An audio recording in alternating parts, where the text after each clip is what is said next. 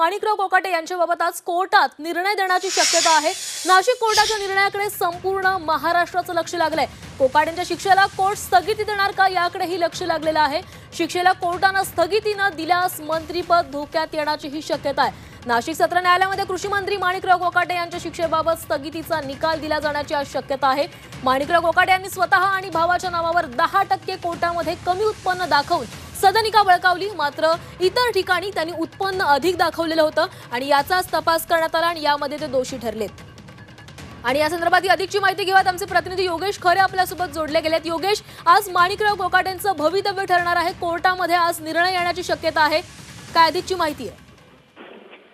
खरे अजून माणिकराव कोकाटे यांच्या शिक्षेला स्थगिती द्यावी यासाठी कोकाटे प्रयत्नशील आहे। कोकाटेंनी स्थगितीसाठी सत्र न्यायालयामध्ये अर्ज दाखल केला आहे, मात्र याबाबतचा अजून निकाल या ठिकाणी आलेला नाही। सस्पेन्स ऑफ सेंटेन्स आणि सस्पेन्शन ऑफ प्रोटेक्शन असं 2 याचिका त्यांनी केलेल्या आहेत, ज्यामध्ये त्यांची आमदारकी अपात्रता जी आहे ती सुद्धा रद्द करण्यात येऊ नये, त्याला सुद्धा स्थगिती मिळावी आणि त्याचबरोबर शिक्षेला स्थगिती मिळावी, अशा 2 याचिका त्यांच्या प्रलंबित आहेत। आज त्यावर सत्र न्यायालयामध्ये सुनावणी करण्यात येणार आहे। एकूणच या याचिकेमध्ये शासनाच याचिकाकर्ता असल्यामुळे आणि शासनानेच पूर्ण चौकशी करून याबाबतचा फिर्याद दिली असल्यामुळे शासनाच्या चौकशीला आणि त्याचबरोबर त्यांना मिळालेल्या शिक्षेला ही स्थगिती कशी देता येईल असा एक प्रश्न या एकूण निर्माण झालेला आहे। आणि त्यामध्ये आज या निकालामध्ये कदाचित त्यांच्या शिक्षेला ही स्थगिती मिळू शकणार नाही, त्याबाबतचा निकाल आज येईल आणि त्यांचा आमदारकी जी आहे ती या ठिकाणी धोक्यात येण्याची शक्यता आहे। योगेश, कधीपर्यंत हा निकाल येऊ शकतोय, कधी सुनावणी होऊ शकते?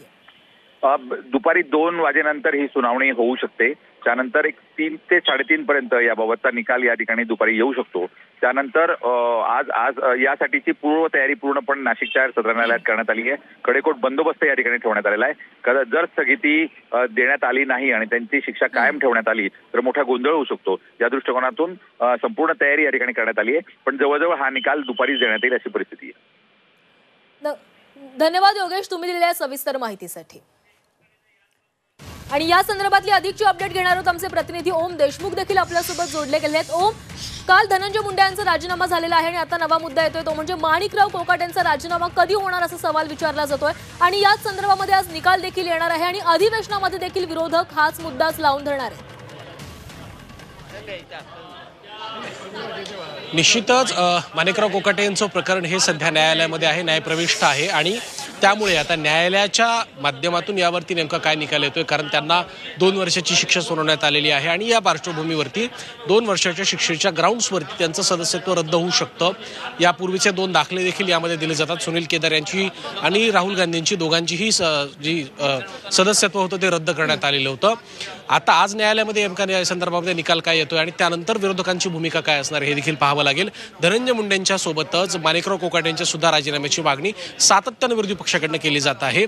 त्यामध्ये धनंजय मुंडेंचा तर मंत्रिमंडळातून त्यांना बाहेर काढण्यात आलं नाही, त्यांची गच्छंती झालेली आहे। मात्र त्यानंतर आता माणिकराव कोकाटेंच्या संदर्भात सरकार काय भूमिका घेते, कारण माणिकराव कोकाटेंचं प्रकरण हे तसं 30 वर्षांपूर्वीचं आहे आणि न्यायालयानं त्यांना शिक्षा सुद्धा सुनावलेली आहे, परंतु त्यांनी या शिक्षेविरोधात वरिष्ठ न्यायालयामध्ये याची दाद मागितली आणि आज त्यामध्ये निकाल येणार आहे। त्यामुळे निकालाच्या नंतर नेमकी काय गणितं होतात आणि निकालाच्या नंतर जर माणिकराव कोकाटेंची शिक्षा न्यायालयाकडनं कायम ठेवण्यात आली तर त्यांचं निश्चितच सदस्यत्व रद्द होऊ शकतो आणि त्यांची आमदारकी जर रद्द झाली तर त्यांच्या मंत्रिपदावर सुद्धा गदा येऊ शकते।